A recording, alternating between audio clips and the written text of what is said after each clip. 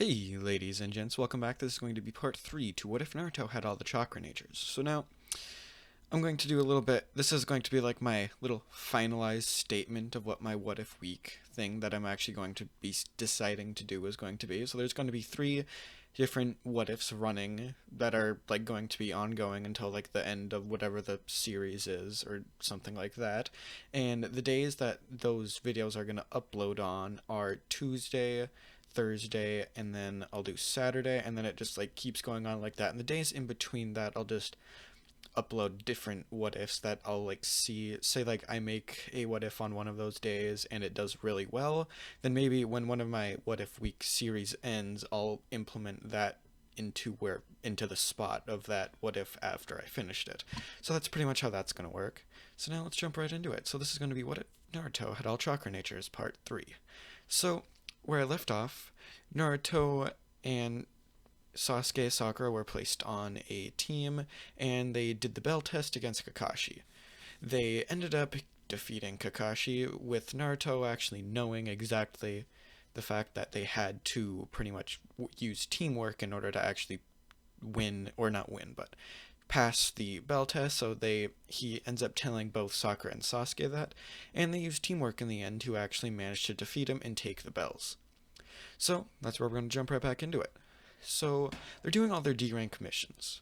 And obviously they get very bored of these D rank missions because they're D rank missions, just trying to fix up different things, walking around like the village, picking up trash, and doing all these like pretty much meaningless tasks. Or even catching the ninja cat was really boring to them after a while.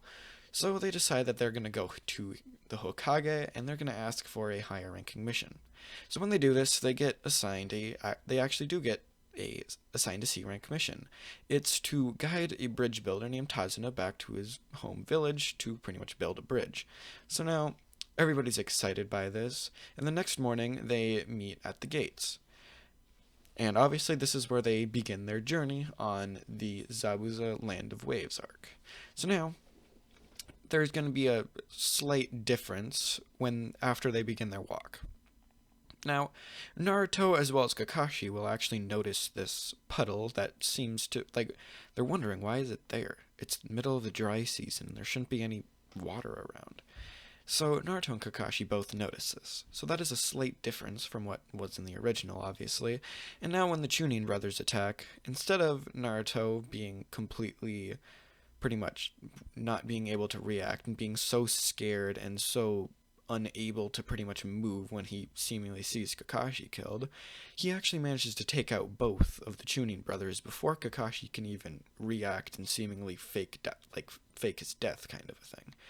So before they even jump out and attempt to kill him, Naruto steps in front of them, and he slams his fist into their skulls pretty much and kills them both instantly. Like I said in the last part, Naruto doesn't really hold that much resentment, so he will not really hesitate when it comes to killing an enemy ninja. So now Kakashi's like, "Good job, Naruto." And obviously Sakura and Sasuke are looking at this, and they're pretty, not necessarily astonished, but they're kind of concerned and worried about the fact that he had no hesitation in killing both of them instantly.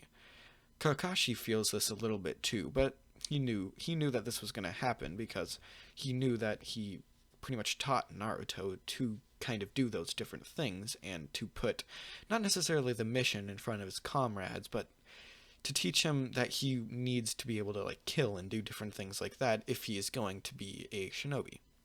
So now this is where Naruto and Kakashi go and question Tazuna. They're wondering why the heck there were actually 2 legendary Chunin brothers after him. And Tazuna now explains pretty much what was going on. And Kakashi decides that they're going to continue on with their mission, because there's no point, and he wants his three genin to actually gain some experience. And he knows that Naruto, and he doesn't really know about the other 2 all that well, but he knows that Naruto can handle himself well enough and probably protect the other 2 in the same time, even if something bad does happen. So they continue on with their walk. And this is where there's a mist that rolls over. And Kakashi notices immediately that this mist actually has some chakra in it. Naruto notices this as well, due to having some ability of pretty much sensing chakra, because again, Naruto's a prodigy and he can gain different abilities really quickly, and he can combine different things. He can do a lot of different pretty much things with his jutsu. So now Naruto notices that there's a sword flying at him, and before Kakashi can actually say it, Naruto yells for everybody to duck. Everybody obviously ducks, and a sword flies overhead, slamming itself into a nearby tree. And then, seemingly out of nowhere, there's a man actually standing on the sword. Naruto is looking at this, and he's contemplating, wondering what he's actually going to do, wondering how strong this person is, wondering if he should actually be the one to fight him or if he should let Kakashi do it. But before he can actually come to his decision, Kakashi tells everybody to stay back and that he'll handle this. And this is where the Kakashi versus Zabuza fight happens. So now, Zabuza, obviously, and Kakashi are both pretty much just as strong as they were in the original. I'd say Kakashi has a slight edge over his original self just due to having to train a bit more with having Naruto next to him. So he actually is quite a bit stronger than what he was in the original. So he does have a pretty significant edge over Zabuza. And Zabuza would immediately notice this and realize even sooner that he has to do something to pretty much trap him and catch him off guard. So he actually does successfully manage to put him into a water prison. Now, when he does put him into a water prison, Naruto isn't thinking about using teamwork. He's thinking about how much he wants to kill Zabuza in this moment. So, he does exactly what he feels like he wants to do. He runs towards Zabuza. He uses wood from behind him and sends him flying forward at speeds that even Zabuza can barely react to. Zabuza is trying to react to this by trying to hit Naruto with his sword, but a beam of wood shoots out, deflecting the sword from Zabuza, and Naruto uses his other hand and creates a spike out of wood and slams it through Zabuza's stomach. Zabuza falls to the floor now, holding his gut, blood gushing out, and he's wondering how the heck this young little brat actually managed to do that. That was wood style. He's pissed now. He can't do anything. And he stands back up, holding his side still. And he realizes that he might actually lose this battle. And this is where Haku shows up. Haku pretends to kill Zabuza, grabs him, and runs away, leaving. Naruto knows almost immediately that he didn't actually kill Zabuza and tries to take off after him, but Kakashi stops him, saying that there's no point, he's going to be incapacitated. At least he thinks that. So now, they all head back to Tazuna's house, and Sasuke and Sakura are doing their tree walking training, and they actually both successfully managed to do this. But Naruto already knew this jutsu, or jutsu technique, whatever it's called, so he is working on something else. He's working on being able to more freely use his wood style. He's trying to pretty much use it to more efficiency, because he has to use a lot of concentration to actually get it to work. So he figures out how to do that after about pretty much a week of being at Tazuna's house. And after this, Kakashi actually Kakashi, he recovers from his Sharingan use, and they decide that they're going to go to the bridge, because they know they're probably going to have a face-to-face confrontation with this Haku character. So they do actually show up at the bridge, but surprisingly to them, they see Zabuza there too, and Zabuza is completely healed from his wounds, and they're kind of wondering how this actually happened. And they don't really think too much of it, because obviously there's tons of different medical ninjas around. All they really would have to do is find one, pay them, or threaten them, and they would probably pretty much heal Zabuza. Or Haku might have even known some, so they didn't really think much of this. So now they can pretty much continued with their battle from where it was before, with Zabuza going to fight Kakashi again, and Haku deciding that he was going to fight Naruto this time, to try to get revenge for Naruto almost killing Zabuza. So, Haku has a lot more bloodlust. He immediately uses his ice mirrors, and this is where Naruto kind of smiles at him. Because the thing about ice style is that it is a combination, pretty much ninjutsu. So Naruto has actually done a little bit of practice with combination ninjutsu, obviously, with making wood style. So he thinks he might be able to do the same thing with this ice. And he's wondering how he can actually do this. So what he decides to do is try combining his water style with wind style. But it doesn't actually do anything. Like, yeah, it makes a slightly more powerful water or wind enhanced water attack, but it doesn't create this ice style. And Naruto's trying to think of why. Then he realizes that this isn't just a combination of two different elements, but it's something different.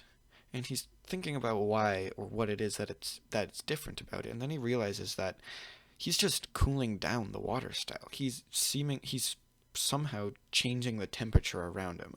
He doesn't really know how he's doing this, but he knows that he can't actually use this ice style that Haku seems to use. But he does know now that he can combine water with wind style, which would be a nice feature for him to have in the future. So now, with Naruto trapped in this ice mirror prison thingy-mabobber, he decides that he wants to break out. So he pretty much gets on his hands and knees, and a bunch of wood sprouts from his back. And Naruto screams, "Wood style! Spears of power!" And a bunch of different spears sprout from his back, getting sent flying into each and every one of Haku's mirrors, shattering each and every one of them. Haku feels he felt this impact, because his ice prison mirror thing is a weird jutsu. He's not necessarily, using he kind of is using the reflection, but he also is actually, kind of inside the mirrors at the same time, I think. So, he actually manages to dodge out of the way of this, but each and every one of his mirrors actually shatter in the process of doing this. So now, Haku he realizes now that he can't use his ice mirrors, and he knows that this was his strongest jutsu that he had, and he now feels immense amounts of fear, because he knows that he probably isn't going to be able to defeat these kids, even if they are just children. Now Naruto starts walking forward, and he says, "That's an interesting ability of yours you have there. It didn't seem like I could recreate it, but there's something that I can create that you can't." Naruto now starts using the hand signs for wood style once again. And Naruto comes up with a new jutsu on the spot.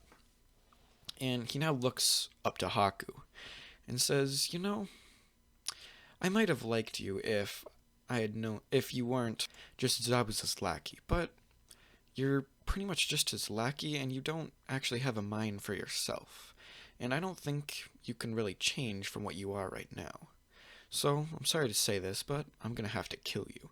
Naruto then launches himself forward, using the wood once again to propel himself, but this time he uses a different type of attack when he actually does his attack.